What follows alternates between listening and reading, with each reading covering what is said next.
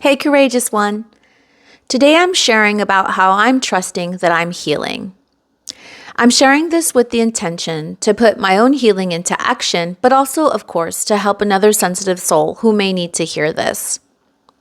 A few weeks into the current life transition that I'm in, experiencing burnout, leaving a 9 to 5, which I discussed in previous videos that I'll link for you in the description below.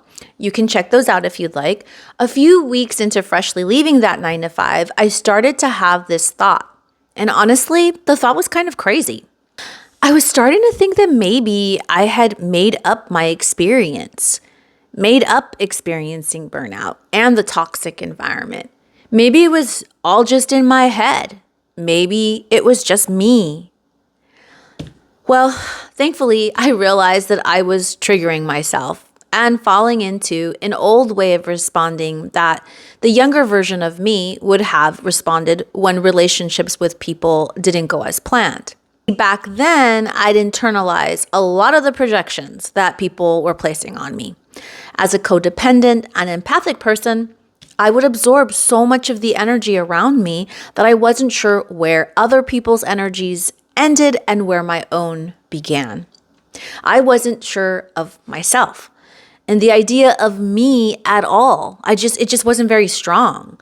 And I would question myself, and I had a lot of doubt in myself.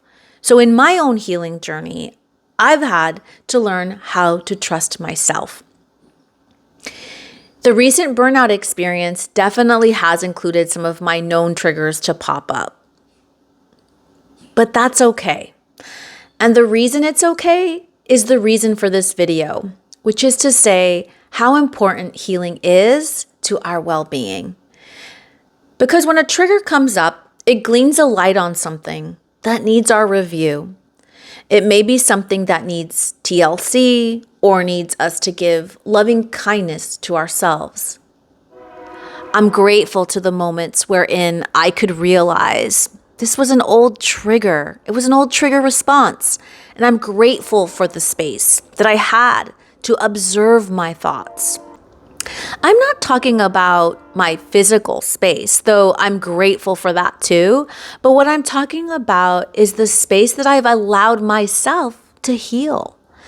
In that space, I've observed that I was appearing to doubt myself. Doubting myself was something younger me would do. But current me knows that there's no reason to doubt myself. I noticed the incongruity in that. I experienced the incongruity in that. And so within this healing space, I gave myself grace, forgiveness, empathy, and more space, especially in my heart, in my mind, and in my body. So over the course of a few more days, I didn't think that I had made up my experience anymore. My thoughts stopped questioning. I stopped doubting my lived experience.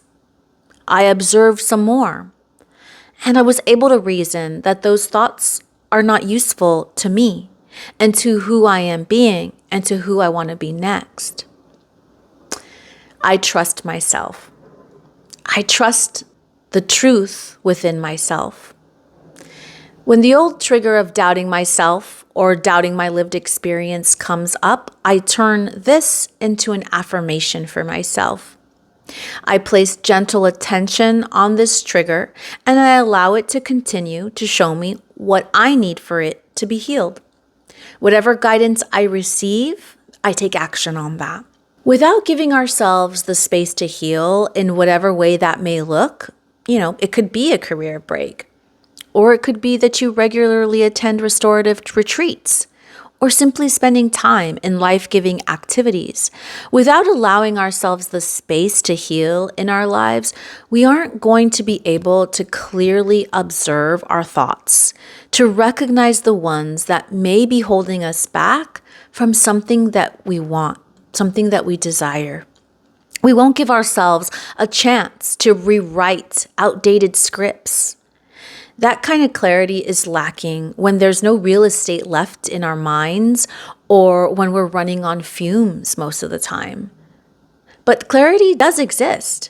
And it exists in the space that we allow ourselves to heal, the space to restore, reimagine, rewrite, reconstitute, to create. If you're a sensitive or empathic person like me, then you know that without that time or space to heal, you'll lose your clarity because of all the static and the noise that you're attuned to. We especially need the time and the space for healing because it helps us to stay tuned into ourselves over all the noise so that we can move into the direction of what we truly desire, so we can point ourselves back to our true north. The truth is, though, everyone needs healing space in their lives. If we're experiencing a life transition, naturally, that healing space can take up more time in our busy schedules. It's only been a short while since removing myself from an environment that was toxic for me. And although I feel amazingly much better, my inner knowing understands that I'm not through all of the healing and synthesis of that experience yet. I'm still triggered thinking about some of the aspects of my experience, but I'm gently working on making peace with it. Like I mentioned earlier, the reason for this content is really to say how important healing is to our well-being. So if maybe you're pushing away what's wanting to come up for you to review, it's probably time for you to make some healing space in your schedule or in your life as a whole. Maybe you're a healer like me too, because you're meant to share the significance of healing in our lives, especially during big life transitions that we go through. But just for today, I wish for you the courage to heal. Whatever aspect of yourself or your experience is asking to be returned to harmony and to wholeness. I hope that you have found something helpful in this content. And if you have, please stay tuned for more content that will be related to our spiritual well-being. Thank you so much for being here, and I wish you all the best today.